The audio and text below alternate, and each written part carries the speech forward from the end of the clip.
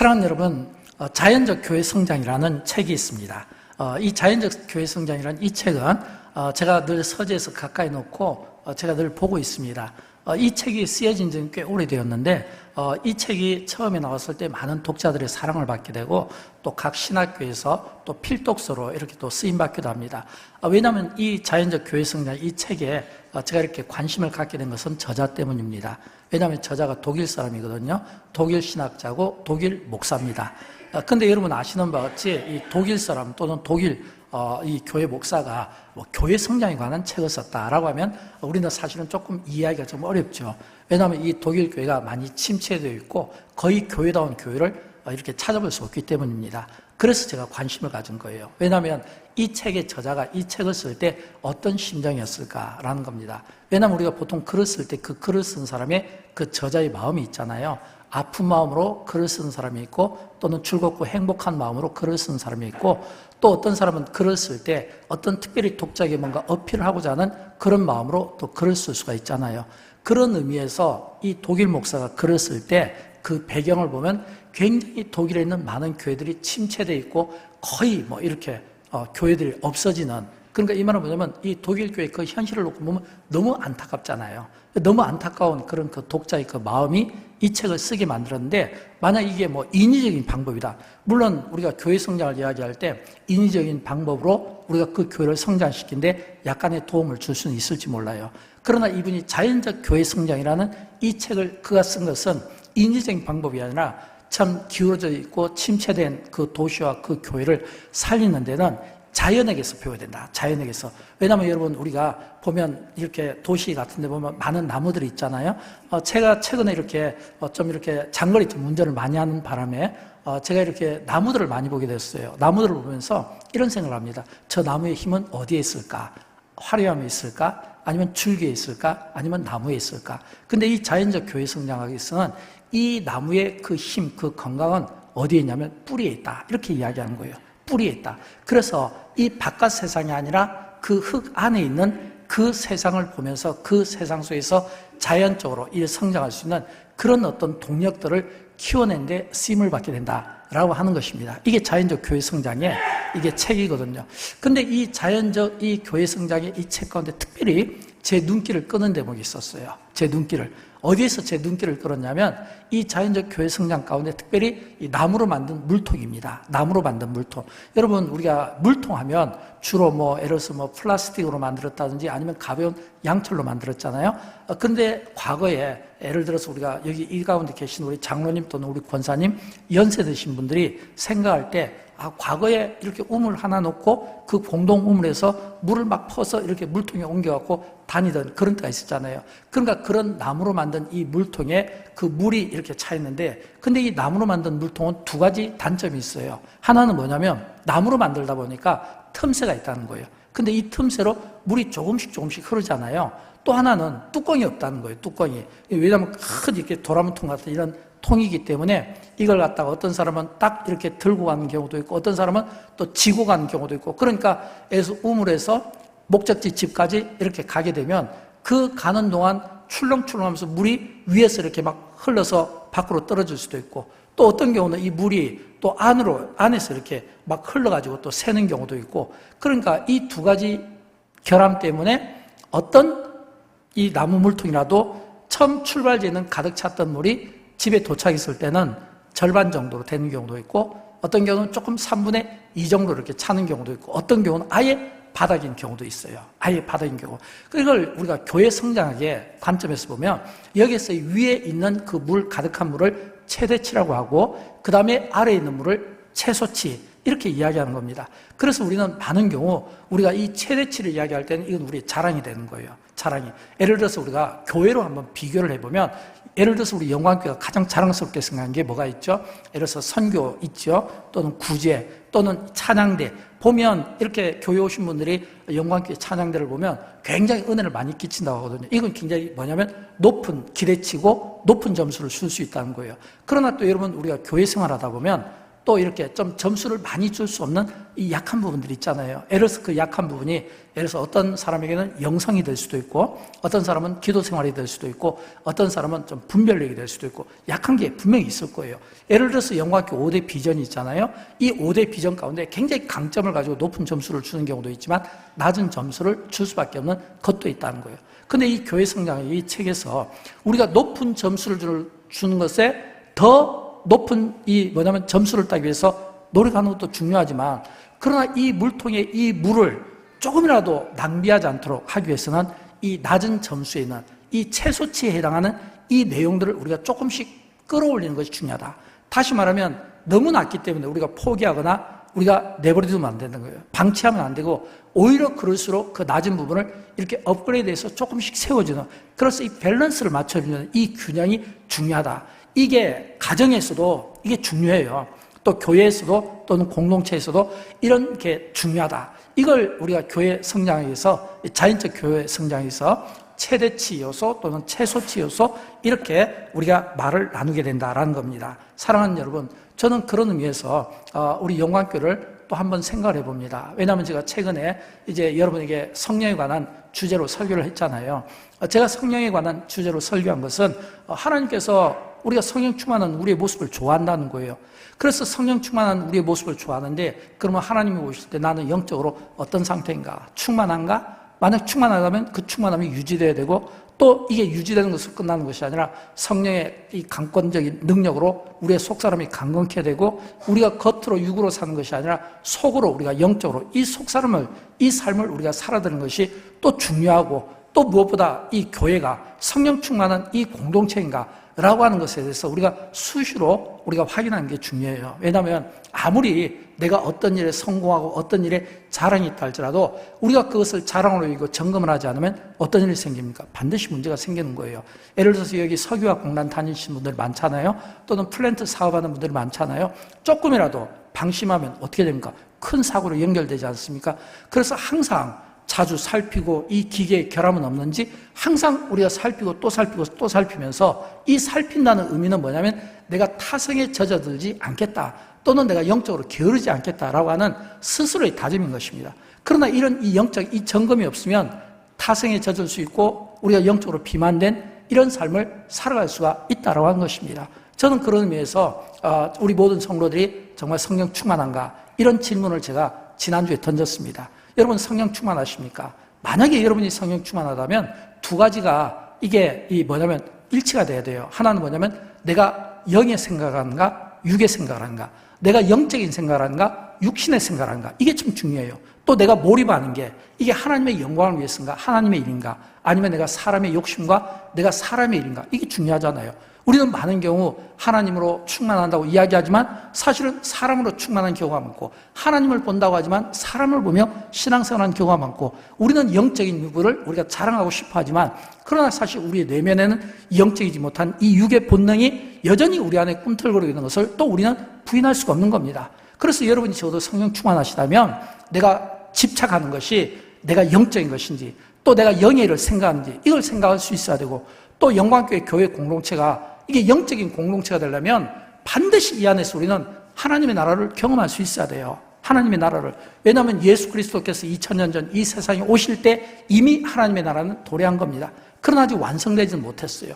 그러나 이미 주님과 함께 오신 천국이라면 우리가 이 천국을 우리가 하나님 나라에서도 경험해야 되겠지만 이 땅에서도 하나님의 나라를 경험하며 우리가 누리며 살아갈 수 있는, 그래서 이 공동체가 하나님의 영광을 드러내고 하나님의 나라를 우리가 생각하는 이런 공동체인가, 이걸 우리가 생각해야 되고, 그러면 어떻게 되겠어요? 만약 하나님의 나라를 경험하는 이런 성령 충만한 교회 공동체라면 반드시 영의 생각을 따르는 것이 옳겠죠? 또 반드시 우리의 마음은 넓어져야 되겠죠. 바다처럼. 왜입니까? 하나님을 생각하니까, 하나님을 보니까. 여러분, 하나님을 상대하는 사람은 하나님께는 없는 것이 없잖아요. 모든 것들이 갖춰져 있고 하나님께로부터는 우리가 받는 은혜가 있잖아요. 그러니까 하나님을 상대하고 하나님을 바라보는 사람들은, 성령 충만한 사람은 당연히 마음이 넓을 수밖에 없어요. 그러나 땅을 보는 사람, 사람을 보는 사람, 어떤 사건이나 일에 몰두한 사람은 좁아질 수밖에 없는 거예요. 또 내 중심적인 사람은 생각이 좁아지니까 마음에 이 뭐냐면 항상 이 어떤 넓은 마음을 갖기가 어려운 겁니다. 내가 만약 혹시라도 마음이 좀 좁다 이렇게 생각하면 나 중심적으로 사는 거예요. 그러나 하나님 중심적으로 살면 모든 일을 하나님의 관점에서 보기 때문에 하나님의 나라는 항상 그 나라를 경험한 사람은 마음이 넓어질 수밖에 없다. 또 교회 부흥은 바로 그러할 때에 이 초대교회가 부흥한 것처럼 저는 영광교회가 정말 성령 충만한 공동체가 되어 그날에 우리 주님이 보고 싶어하는 이런 성령 충만한 이 모습을 저와 여러분이 보여줄 수 있기를 주님의 이름으로 축원드립니다. 그러면서 제가 또 떠올려 본 게 있어요. 그게 뭐냐면 이 영광교회가 성령 충만한 공동체인가 나는 성령 충만한가 이것 못지않게 또 중요한 것은 행복한 교회 생활 공동체입니다. 제가 이렇게 결혼식 주례를 할 때 항상 빠뜨리지 않는 게 있어요. 그게 뭐냐면 두 사람을 앉혀놓고 또는 두 사람을 세워놓고 이야기할 때 두 사람이 결혼하는 목적이 무엇인지 아십니까? 행복입니다. 여러분 결혼의 목적은 뭐예요? 행복입니다. 하나님께서 우리에게 주신 가정의 목적은 뭐예요? 행복입니다. 결혼의 목적이 행복이고 가정의 목적이 행복인 것처럼 교회 생활도 마찬가지예요.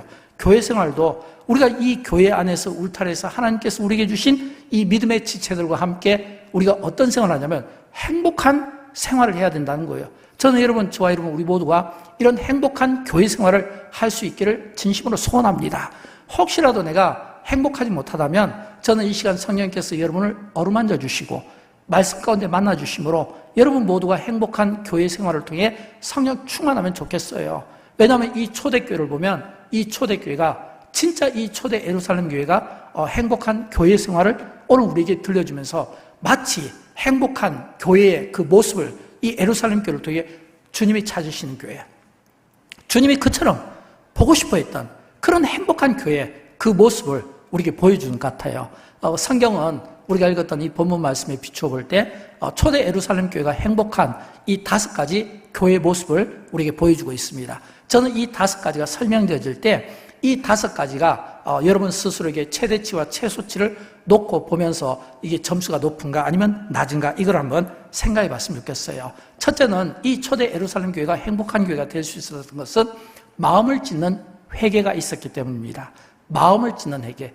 여러분 교회의 역사를 보게 되면 이 교회의 역사, 그리고 교회 부흥의 역사, 은혜의 역사, 부흥의 진원지, 은혜의 진원지에는 반드시 거기에 따라붙는 게 있어요. 그게 뭐냐면 마음을 짓는 회개가 있었다는 겁니다. 마음을 짓는 회개가 있어요. 그래서 반드시 이 교회 부흥의 역사와 은혜의 역사 속에서는 이 마음을 짓는 회개가 반드시 필요하다는 것입니다.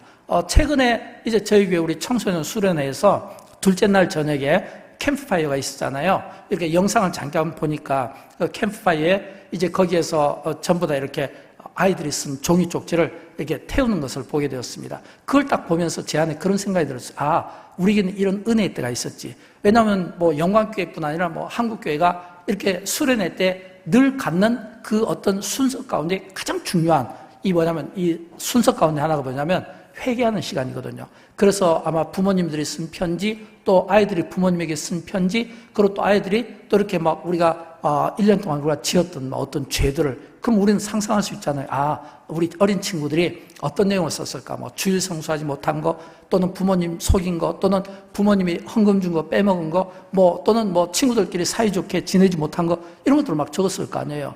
저도 막 그런 추억들이 많아요. 그래서 이런 것들을 막 수련회 때 막 나무 십자가를 놓고 막 못을 가지고 막 직접 맞게 하잖아요. 그래서 우리의 죄들을 예수님의 이 십자가에서 박음으로써 우리가 예수님이 우리의 죄를 대신해서 이제 뭐냐면 십자가를 지므로써 고난받음으로 우리가 용서를 받았다. 또 그런 것처럼 지난 또 우리 청소년 수련회에서 그 종이 쪽지를 다 버림으로써 이제 하나님 앞에 다 기도하고 회개하고 이제는 용서를 받았다.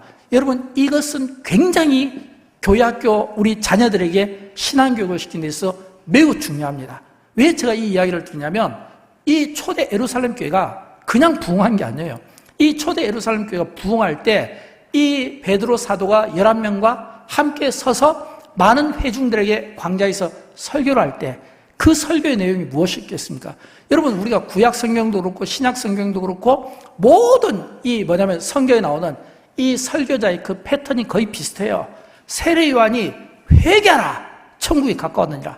또 구약시대에 이 선지자들이 너희 목이 곧은 백성들아 이스라엘아 하나님께로 향하라 하나님께로 돌아오라, 여호와께로 돌아오라. 이건 다 회개와 관련된 자예요.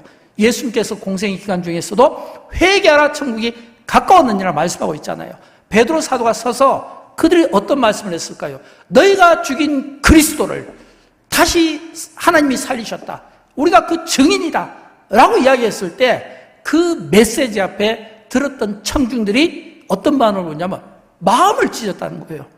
마음을 찢었다는 거예요. 옷을 찢은 게 아니라 마음을 찢었다는 거예요. 마음을 찢고 그들이 회개함으로써 죄 용서함 받고, 두 번째 세례 받고, 세 번째 성령을 선물로 받았다고 성경은 오늘 우리에게 들려주고 있다는 겁니다. 여러분, 이건 뭘 뜻할까요? 그만큼 하나님은 우리가 참여하고 우리가 회개하는 것을 중요하게 계시고, 지금도 하나님은 회개하는 자들을 찾으신다라고 하는 겁니다. 우리는 많은 경우 다른 사람의 죄를 정죄하고 다른 사람들의 그 죄를 지적하며 그 다른 사람들의 그 죄를 지적하면서 나는 무관하다고 생각하는 사람들인데, 저는 그런 분들조차도 회개했으면 좋겠어요. 가끔가다 이런 질문을 받습니다. 목사님, 왜 영광교회는 참회 기도를 드립니까? 한 30초 기도해서 그게 무슨 의미가 있나요? 절대 그렇지가 않아요. 왜냐하면 교회 역사를 보고, 세계교회 역사를 보고, 한국교회 역사를 보면 반드시 그 교회가 세워지고 새롭게 되고 부흥하고 뭔가 어떤 영적인 힘을 갖게 될 때는 전부 그 진원제는 회개가 있었다는 거예요. 한국교회도 마찬가지잖아요. 한국교회도 1907년 평양 소래교회에서 그 한 장로님의 그 회개에서부터 시작한 그 회개 기도가 생각지도 못한 큰 부흥을 이뤄내고 한국교회 부흥의 초석이 될 수 있었던 것은 역시 그의 회개 기도였다는 것입니다. 우리는 다른 사람을 지적하기에 앞서서 하나님이 바로 나의 회개를 그처럼 받고 싶어 한다는 거예요. 여러분, 우리는 많은 경우 예배 드릴 때 숫자에 민감합니다. 저도 목사이지만 인간인지라 여전히 숫자에 민감할 수밖에 없어요. 그러나 하나님은 숫자에 민감한 게 아니라 얼마나 진실된 정직한 하나님 앞에 진짜 참회 회개를 드리며 내가 하나님 앞에 죄인임을 마음을 찢고 고백하는 이런 이 성도의 그 한 사람을 우리 주님은 얼마나 보고 싶어 하는지 알 수 없다는 거예요. 지금도 찾으시는 거예요. 이런 참된 진실한 이 회개자, 그 한 사람의 그 회개를 통해서 하나님의 역사는 그를 통해 이루어 나가시는 것을 우리가 많이 보게 됩니다. 그래서 어떤 분에게는 이 참회 기도가 형식적이고 아무것도 아닌 것 같지만, 그러나 그렇지가 않아요. 그 짧은 그 잠깐 그 외마디의 그 메시지를 통해서 죄인들이 주께로 돌아오는 구원의 역사가 얼마나 많았습니까? 여러분, 예수님께서 수가성 여인에게 말을 많이 했습니까? 아니잖아요. 세리사교에게 말을 많이 했습니까? 아니잖아요. 그러나 그 외마디의 그 메시지가 굉장히 강렬하게 받아들이니까 그 깨달음 속에서 주저앉게 된다는 것입니다. 저는 그런 의미에서 저와 여러분 우리 모두가 다시 한번 이 시간 하나님의 그 회개의 영이 우리에게 임함으로 말미암아 우리가 타인의 어떤 부족함과 허물을 놓고 지적하기보다 하나님은 나의 회개를 기뻐하시고 나의 회개를 받으심으로 내가 진실로 하나님 앞에 엎드려 회개하는 이런 진정한 이 회개를 통해 그 회개의 영을 통해 교회가 회복하고 가정이 회복하고 저와 여러분 개개인의 성도가 회복되는 은혜가 있기를 주님의 이름으로 축원드립니다. 이런 회개의 영이 우리에게 필요한 거예요. 그 다음에 두 번째, 하나님이 찾으시는 예배자가 있었습니다. 오늘 본문 46절에 보면 나오는데 우리 같이 읽어보도록 할까요? 날마다 마음을 같이하여 성전에 모이기를 힘쓰고 그랬거든요. 여러분, 여기서 이 날마다가 굉장히 중요해요. 왜냐하면 여기서 이 날마다가 중요한 것은 날마다 마음을 같이하여 성전에 모이기를 힘쓰고, 이 말은 이 날마다가 날마다 하나님을 의식하는 삶을 이야기한 겁니다. 여러분, 누구를 의식합니까? 사람을 의식하나요? 하나님을 의식하나요? 우리는 많은 경우 하나님을 의식한다고 하지만 사람을 의식해요. 그러니까 우리는 전부 고개를 숙이는 거예요. 왜냐하면 하나님을 의식하면 당연히 하나님과 그 영광, 그 임재 가운데 계신 이 하나님을 우리가 보잖아요. 근데 참 우리는 땅에 관심이 많고 땅을 의식하는 겁니다. 어떻게 하면 좋은 땅을, 어떻게 하면 좋은 집을, 어떻게 하면 좋은 차를, 어떻게 하면 사람에게 잘 보일까? 그러니까 참 우리는 고개를, 왜냐하면 이 땅에 집착한 이런 삶을 사는데, 이 초대교회 성도들이 달라진 건 바로 이겁니다. 그들이 날마다 마음을 같이했다 이야기는 날마다 그들이 하나님을 의식하는, 이런 하나님 의식하는 신전 의식의 이 삶을 살다 보니까 그들의 마음이 이제는 뭐냐면 그들의 몸을 통해서 성전으로 모이게 힘쓰고 그랬거든요. 이 말은 어떻게 달라지냐면 여기서 날마다 마음을 같이하여 하나님을 의식하여, 이 이야기는 전에는 그렇지 않았다는 거예요. 전에는 어떤 삶을 살았어요? 우리가 구약 성경에 이스라엘 백성들이 왜 하나님께 징계를 받았습니까? 그들이 하나같이 교만하다는 거, 목이 곧다는 거, 우상숭배 이거 아니에요. 이 말은 뭐냐면 몸과 마음이 따로 놀았다는 거예요. 따로 놀았다는 거예요. 예수님께서 공생의 기간 중에 바리새인들과 그리고 종교 지도자들을 막 질책한 것은 뭐냐면 그들의 몸과 마음이 따로 놀았다는 거예요. 우리도 마찬가지예요. 우리가 하나님 앞에 예배를 드리고 있지만 여전히 우리의 생각은 다른 곳에 가 있을 수 있고, 또는 우리가 예배를 드린다고 예배자이라고 하지만 그러나 우리의 몸이 다른 곳에 갈 수가 있는 겁니다. 이게 몸과 생각이 따로 노는 거거든요. 근데 이 몸과 생각이 따로 노는 것, 이런 뭐냐면 초대교회 그 시대의 사람들이 이제는 뭐냐면 이 초대 예루살렘 교회가 전부 다 마음을 하나로 하니까 따로 놀던 몸과 마음이 이제는 하나가 되었다. 바로 이겁니다. 하나가 되었다. 하나가 되었다는 이 의미는 그냥 단순히 하나가 된 게 아니라 이 초대교회에 뭐가 있었다고요? 성령의 역사가 있었다는 겁니다. 반드시 은혜의 진원제에는, 부흥의 진원제에는 반드시 따라붙는 게 있어요. 그게 뭐냐면 진정한 회개와 함께 그들이 제사함과 함께 그들이 성령을 선물로 받고, 성령을 선물로 받으니까 이제는 육체가 원하고 육의 소욕대로 살아들이는 인생이 아니라 성령의 충만함으로 영이 생각하는 대로 살아들으니까 그의 마음이 뭐냐면 하나님을 의식하게 된 거예요. 저는 여러분, 우리가 할 수만 있으면 사람이나 환경을 의식하기보다는 하나님을 의식하고 하나님을 바라보며 하나님을 소망하는 가운데 하나님의 그 뜻 가운데 저와 여러분이 세움받기를 주님의 이름으로 축원드립니다. 이런 삶을 우리가 살아야 된다라는 것입니다. 그 다음에 세 번째는 전도에 열심을 가졌습니다. 전도의 열심. 여러분, 이 초대교회가 부흥할 때 그냥 부흥한 게 아니에요. 오늘 본문 47절에 뭐라고 되어 있습니까? 우리 같이 읽어보도록 합니다. 주께서 구원받는 사람을 날마다 더하게 하시니라. 그랬거든요.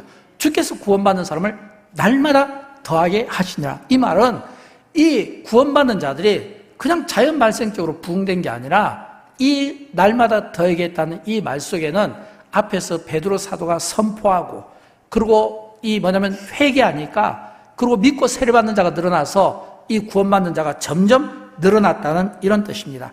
그냥 교회가 아무것도 안 했는데 부흥할 수는 없는 거예요. 여러분, 우리가 아무것도 안 했는데 당연히 아무 일도 일어나지 않겠죠. 그러나 우리가 움직이면 움직이는 만큼 열매가 있지 않겠습니까? 그러면 이 초대교회가 어느 정도로 그들이 부흥에 힘썼겠습니까? 무엇보다 우리가 초대교회 성도들의 메시지를 보면 이 메시지가 하나같이 회개를 촉구하는 메시지였습니다. 또 이 메시지가 뭐 우리처럼 예수를 잘 믿으십시오, 건강합니다, 예수 잘 믿으면 복 받습니다, 예수 잘 믿으면 합격합니다, 승진합니다, 이런 어떤 축복과 관련된 이런 기복적인 메시지가 아니에요. 하나같이 지금 너희가 사는 이 시대가 패역한 시대라는 거예요. 패역한 시대라는 거예요. 그리고 그 패역한 시대에 사는 너희가 구원함을 받아야 된다는 겁니다. 여러분, 이것은 생각에 따라서 어떤 경우에는 굉장히 불쾌감을 줄 수 있어요. 왜 불쾌감을 줘요? 특별히 우리 가운데 도덕적으로 또는 어떤 선행으로 또는 종교와 어떤 철학으로 살아가고 인문학적인 이런 삶을 사는 사람에게는 세상에서 말하는 그런 어떤 잘못들을 쉽게 발견할 수가 없는 거예요. 그러니까 자신들의 어떤 의인심을 드러낼 수가 있잖아요. 그런데 그런 분들에게 패역한 세대요, 구원을 받아라, 이러면 기분 좋겠습니까? 근데 사도들은 그렇게 설교를 한 겁니다. 오늘 본문 40절에 보면 나오는데 우리 같이 읽어보도록 할까요? 너희가 이 패역한 세대에서 구원을 받아라 이랬거든요. 하나같이 회개하라, 천국이 가까우니라. 예수님도 회개하라, 천국이 가까우니라. 베드로도 너희가 이 패역한 세대에서 구원을 받아라. 근데 이 말씀이 그냥 평범한 사람에서 평범하게 들리면 굉장히 불쾌감을 줄 수 있어요. 그러나 이 말씀이 평범하지 않은 비범한 어떤 특별한 사람에 의해서 이 메시지가 들려지면 이 메시지가 내 안에 이 마음을 요동치게 만든다는 겁니다. 여러분, 베드로가 어떤 사람입니까? 베드로는 평범한 사람이었어요. 그는 예수님과 함께 3년의 그 공생의 기간 중에 예수님께 그렇게 칭찬받을 일이 별로 없어요. 성격도 급하고 다혈질적이고 일 잘 벌리고, 그런데도 불구하고 또 이 뭐냐면 1등 또 수제자가 되고 싶어 하고, 그런 그 베드로가 뭐 바울처럼 배경이 좋고 학벌이 있고 학문이 좋은 거 아니잖아요. 그런데도 그 베드로가 성령의 충만함이 임하니까 자기 입에서 나오는 이 언어가 아마 자기 자신도 감당이 안 됐을 겁니다. 왜냐하면 패역한 세대요, 구원을 받아라, 이렇게 이야기했는데 이 말씀을 듣고 사람들이 옷을 찢었다는 겁니다. 마음을 찢었다는 겁니다. 회개를 했다는 겁니다. 죄사함을 받았다는 겁니다. 한 걸음 더 나가서 그들이 성령을 선물로 받았다는 거예요. 놀라운 것은 이게 남자만 5,000명이라는 거예요. 또 또 놀라운 것은 이 숫자가 점점 더 남자의 무리가 점점 더 커지더라는 거예요.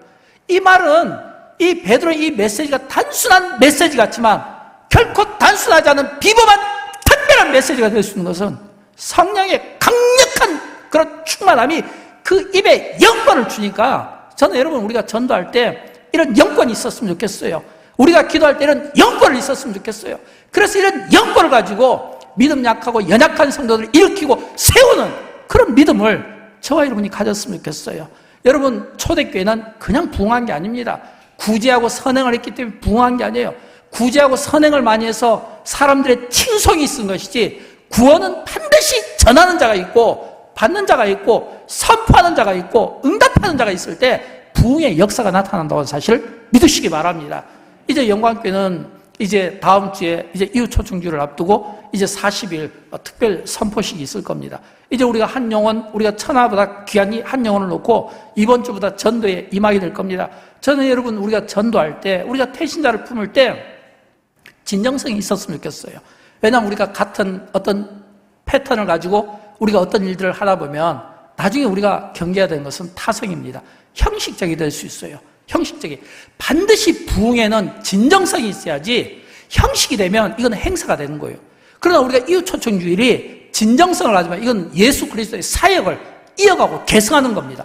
예를 들어서 이번에도 우리 매년마다 우리 영광교회 유치부, 중학교, 중고등부 청년회 여름 수련회 잘하셨잖아요. 은혜 많이 받으셨잖아요. 주변에 있는 많은 분들이 칭찬이 있었잖아요. 그러나 중요한 것은 그것으로 끝나면 안 돼요.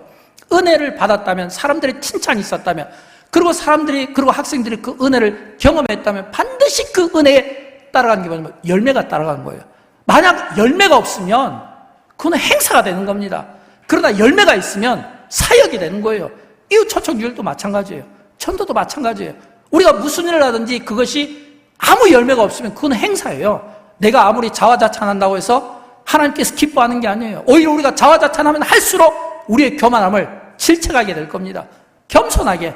그러나 진짜 한 영혼을 귀하게 여기고, 그리고 정말 그 죄삼이 너무나도 우리 인생에게 중요하다는 것을 우리가 깨닫게 되면 한 영혼을 외면할 수가 없는 겁니다.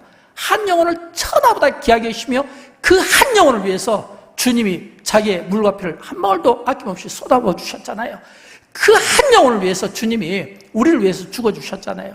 그러니까 우리는 예수의 생명과 맞바꾼 인생입니다. 우리가 예수의 생명과 맞바꾼 인생이라면 당연히 우리가 전도할 때 저는 형식적이지 않았으면 좋겠어요. 그냥 형식적으로 정해진 시간에 때우는 것이 아니라 진짜 한 영혼을 천하보다 귀하게 여기고 예수님께서 그 여리고성에 그 한 사람을 만나기 위해서 찾아갔던 것처럼, 그 수가성에 그 한 사람을 만나기 위해서 찾아갔던 것처럼, 그 베데스다 연못에 그 한 사람을 위해서 찾아갔던 것처럼, 그 혈루병자가 누워있는 그 한 여인을 위해서 주님이 찾아갔던 것처럼 그런 심정을 가지고 우리가 전도할 때 열매가 생기는 것이지, 그냥 우리가 어떤 행사 위주로 우리가 열매를 한다면 우리는 많은 물질만 허비할 뿐이지 아무 결과가 없는 거예요. 저는 여러분 우리가 이웃초청주일도 그렇고 우리가 영혼을 전도하는 일도 그렇고 모든 일에 진정성을 가지고 진짜 예수 그리스도의 그 마음으로, 십자가의 그 마음으로, 그 사랑으로 한 영혼을 천하보다 귀하게 여기서 초대 예루살렘 교회가 전도에 힘썼다는 것을 우리가 꼭 기억하고, 우리가 행사가 되지 않고 영혼 구원을 위한 전도 집회로 우리가 주님께, 사람에게 인정받게 되기를 주님의 이름으로 축원드립니다. 네 번째는 교제 풍성함입니다. 여러분, 교제 풍성함. 여러분, 이 초대교회, 이 공동체가 굉장히 교제가 풍성히 있다는 것은 제가 굳이 설명하지 않아도 알 거예요. 왜냐하면 모이면 예배가 있었지만, 그래서 하나님이 찾으시는 예배가 되어야 되겠고, 또 흩어지면 또 못내 아쉬워하는 거예요. 그래서 모일 때는 설렘이 있고, 흩어지면 또 아쉬움 때문에 또 빨리 또 찾아가고 싶고, 이거는 뭐냐면 교제 풍성함이잖아요. 그러니까 그 교제 풍성함 속에 교제가 있고 사랑이 있고 또 뭐냐면 음식에 또 나눔이 있고, 이런 이 교제 풍성함이 오늘 우리에게 있습니까? 또 더 중요한 것은 이 교제 풍성함은 반드시 그 중심에 누가 있어야 되냐면 하나님과의 이 교제가 먼저 선행돼야 되는 거예요. 하나님과의 교제, 이 말은 뭐냐면 하나님과 내가 영적으로 교제하고 있는가, 이게 선행되어질 때 사람과의 이 교제도 깊어지고 따뜻해지는 이런 교제가 우리가 이루어질 수가 있는 겁니다. 가끔씩 목회할 때 이런 생각이 들어요. 좀 힘들다. 좀 피곤하다. 저도 사람이니까 힘들 수 있고 피곤할 수 있잖아요. 그러나 그 힘들고 그 피곤한 것은 제가 광야에 서 있다는 그런 생각을 하게 되기 때문입니다. 여러분, 우리 모든 인생은 다 우리가 광야에 서 있어요. 이 가운데 광야에 서 있지 않는 사람이 있을까요? 다 광야에 서 있어요. 근데 이 광야는 길이 없습니다.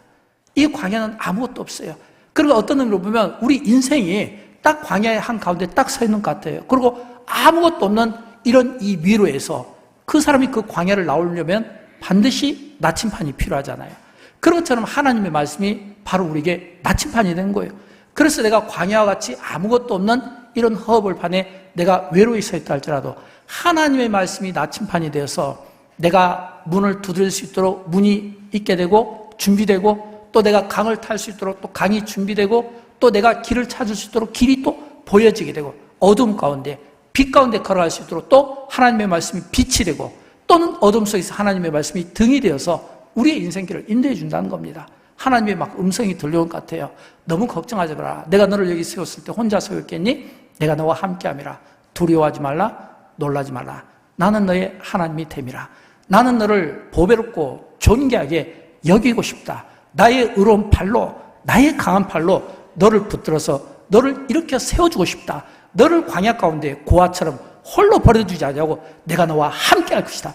이런 말씀이 우리 마음밭에 심어지고, 이런 말씀이 우리의 귀에 들려질 때 비로소 우리는 주님과 영적인 소통이 이루어지고, 이런 영적인 이 교제의 힘을 얻게 될 때 우리는 이 세상을 힘있게 우리가 살아갈 용기가 생긴다고 하는 사실입니다. 또 동시에 그러면서 인간은요, 하나님과의 관계가 또 중요하지만 사람과의 관계도 소홀하면 안 돼요. 여러분, 홀로 있지 마십시오. 혼자 있는 것은 좀 위험합니다. 왜 위험하냐면 내가 혼자 있는다는 것은 굉장히 이거는 위험한 방법이에요. 내가 혼자 생각하고 혼자 판단하고 혼자 계획하고 내가 혼자 이 일을 해내야 되니까 굉장히 무거운 거예요. 함께 하는 법. 그래서 하나님께서 우리에게 삼위 하나님이 일체인 것은 하나님, 예수님, 성령님이 세 분이지만 한 분인 것처럼 서로 협력하는 것처럼 우리 인간은 서로 교제하며 서로 필요를 우리가 나눠줄 수 있어야 된다. 그래서 헨리 나우엔이 이런 이야기를 했어요. 우리 같이 읽어보도록 할까요? 혼자 신앙생활하는 것과 사랑하는 사람들과 교제하면서 신앙생활하는 것과는 현격한 차이가 있는 것을 많이 경험한다. 그랬거든요. 이 말은 뭐냐면 혼자 외롭게 신앙생활하는 것은 좀 위험할 수 있다는 겁니다. 저는 여러분, 우리 가운데 그런 분이 없기를 바라지만 혹시라도 주변을 돌아보십시오. 혼자 외롭게 하는 분이 있어요. 그럴 때 여러분이 꼭 곁에 있어 주십시오. 함께 기도해 주십시오. 그리고 혼자 있지 않도록 우리가 옆에서 함께 동역해주는 이런 따뜻한 마음, 이게 이 초대교회에서 굉장히 돋보이는 모습이었던 겁니다. 그래서 교회는, 켈빈이 이야기했어요. 교회는 어머니의 품과 같아야 된다. 교회는 어머니의 품과 같아야 된다. 저는 이 이야기에 전적으로 동의합니다. 왜냐하면 여러분, 교회는요, 아버지와 같은 엄격함이 있으면 안 돼요. 어머니와 같은 사랑과 자애로움이 넘쳐야 돼요. 제가 우리 자녀들하고 이렇게 전화를 할 때 보면, 제가 이 자녀들하고 전화하면 항상 제가 시간을 보거든요. 지금까지 우리 자녀들하고 1분 이상 전화한 적이 거의 없어요. 항상 전화를 많이 한 것 같은데 딱 보면 10초, 20초 아니면 50초 막 이렇게 거든요. 그러니까 우리 자녀들하고 또 이게 1분을 또 못 채웠네. 근데 우리 집사람은 달라요. 집사람은 굉장히 전화가 깁니다. 제가 딱 퇴근하면 항상 전화기를 들고 있거든요. 두 가지 반응을, 목사님이 오셨어요. 그럼 그건 분명히 성도님들하고 전화한 거예요. 근데 딱 방 안에 딱 들어서 문을 딱 닫잖아요. 근데 아이들하고 전화한 거예요. 나중에 제가 물어봅니다. 누구랑 전화했으면 애들하고 했다고. 보통 기본이 10분, 20분에서 1시간씩 넘어가잖아요. 이게 뭐냐면 자녀들은 본능적으로 아빠보다는 엄마를 좋아하고 본능적으로 엄마한테 속 이야기도 하고 상담도 하고 미래를 이야기하고, 아빠한테는 머니만 필요한 거잖아요. 그러니까 대부분이 다 그런 것 같아요. 물론 안 그런 자녀들도 있지만 대부분의 자녀들은 어머니를 좋아하는 겁니다. 왜냐하면 우리가 생각하잖아요. 어머니는 어떤 분입니까? 따뜻한 분이에요. 마음이 넓은 분이에요. 내가 화를 내도 받아주고 신경질 내도 받아주고, 내가 막 뭔가를 요구해도 받아주고, 내가 먹고 싶다고 하면 다 먹게 해주고, 이게 어머니잖아요.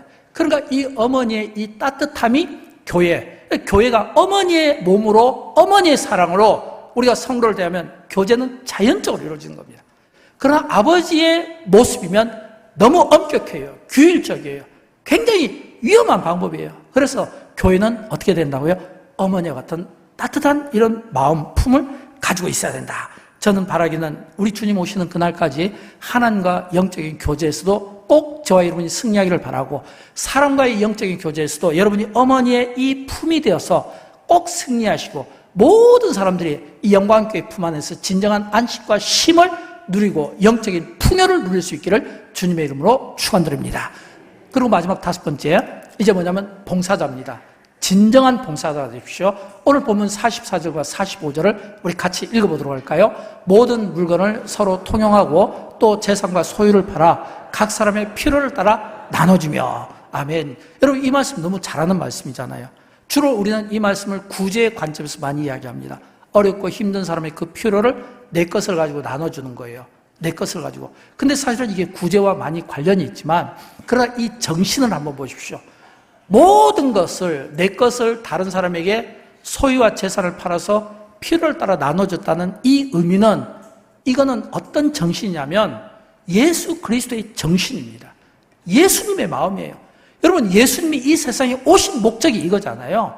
우리를 위해서, 우리의 제3을 위해서 예수 그리스도의 피가 필요했던 겁니다. 피 한 방울 아낌없이 다 나눠줬잖아요. 물도 다 나눠줬잖아요. 몸에 있는 모든 물과 피 다 나눠줬잖아요. 또 우리는 성찬식 때마다 예수님의 그 떡을 우리가 기념하잖아요.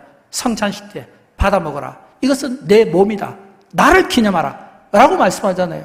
이 말은 예수님은 이 세상에 오신 목적이 각 사람의 필요에 따라 자신의 피와 살 하나까지도 전부 쪼개서 나눠준 거예요. 자기의 유익을 위해서 사는 것이 아니라 그 필요한 사람들을 전부 주었다는 거예요. 그러니까 우리가 봉사를 이야기할 때는 이 봉사가 이런 예수님이 우리에게 보여주신 이 삶과 이 정신을 가진 분들이 봉사라면 진정한 봉사가 되는 겁니다. 그러나 뭔가 대가를 바라고 아니면 어떤 다른 목적에 의해서 우리가 봉사를 한다면 이 봉사는 조금 깊이 생각을 해봐야 돼요. 이 초대교회 성도들이 자기 것을 나눈 겁니다. 여러분, 내 것을 풀어서, 내 소유를 풀어서 공적인 것이 아니라 내 건데, 내 호주머니에 있는 것을 내가 풀어서 다른 사람들을 위해서 줄 수 있다는 것은, 이거는 성자가 아니면 하기 힘든 일이에요. 예수 그리스도의 정신을 갖지 않으면 힘든 일이에요. 예수 그리스도만이 하실 수 있는 일이에요. 그런 일을 그 당시 초대교회 성도들이 성령이 충만하니까 바울처럼 이제는 내가 나를 위해서 사는 것이 아니라 그리스도를 위해서 살겠습니다. 나는 죽고 그리스도만 삽니다. 내가 사는 것이 아니라 내 안에 계신 그리스도께서 사신 것이라는 이런 위대한 그 고백 속에서 바울처럼 이제 이 초대교회 성도들이 전부 이런 나눔을 하니까 이런 예수 그리스도의 그 정신을 통해서 많은 사람들이 이 뭐냐면 초대 예루살렘 교회에서 박수를 치고 칭송했다고 하는 사실입니다. 끝으로 제가 이 과거에 유학 생활할 때 어느 교회 임직식을 보게 되었어요. 너무 인상이 깊어요. 제가 그걸 한 30년 전인가 제가 그 임직식을 보고 영광교회에서 제가 담임 목회하면서 꼭 한 번을 하고 싶었는데 못했습니다. 지금까지도 못했어요. 할 수가 없었어요. 왜냐하면 제가 그 당시에 너무 인사이트했는데 그게 뭐냐면 우리 한국 분들은 굉장히 포장 문화에 발달되어 있잖아요. 그러니까 한국 분들은요, 미국에 살아도 한국 사람들은 선물할 때 포장이 너무 멋있습니다.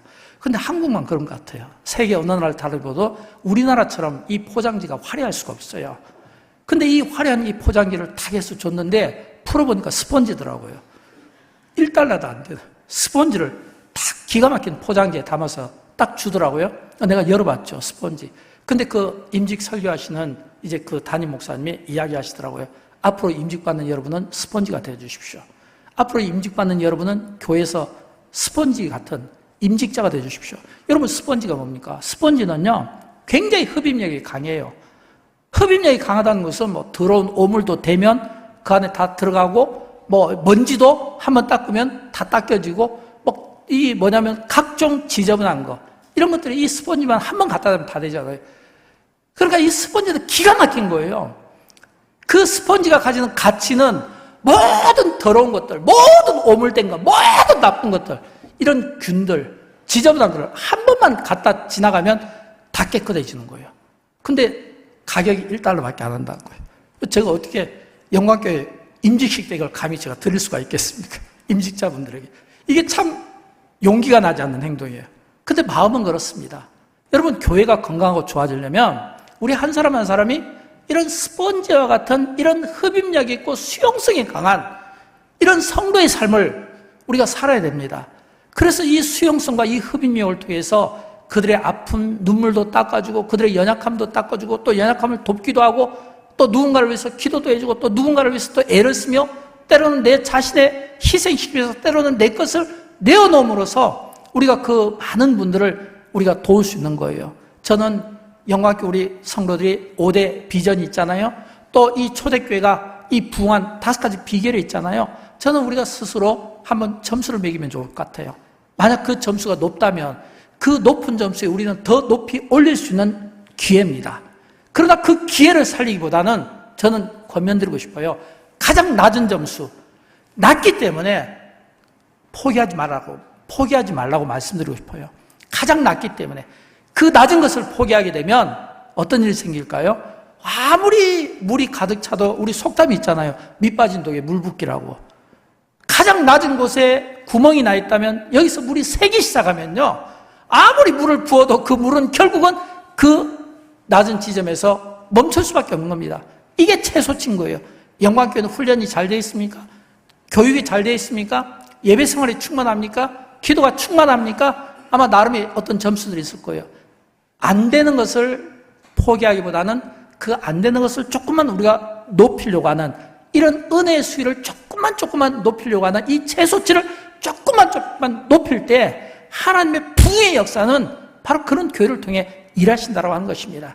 저는 저와 여러분 우리 모두가 그날에 우리 주님 앞에 우리가 세움을 받았을 때 정말 건강한 그런 성령 충만한 교회 공동체로 인정받았으면 좋겠고요. 또 행복한 교회 생활 공동체로 그날에 우리 주님께로부터 칭찬받는 은혜가 여러분 모두에게 있기를 주님의 이름으로 축원드립니다. 우리 함께 일어나셔서 함께 찬양하도록 하겠습니다.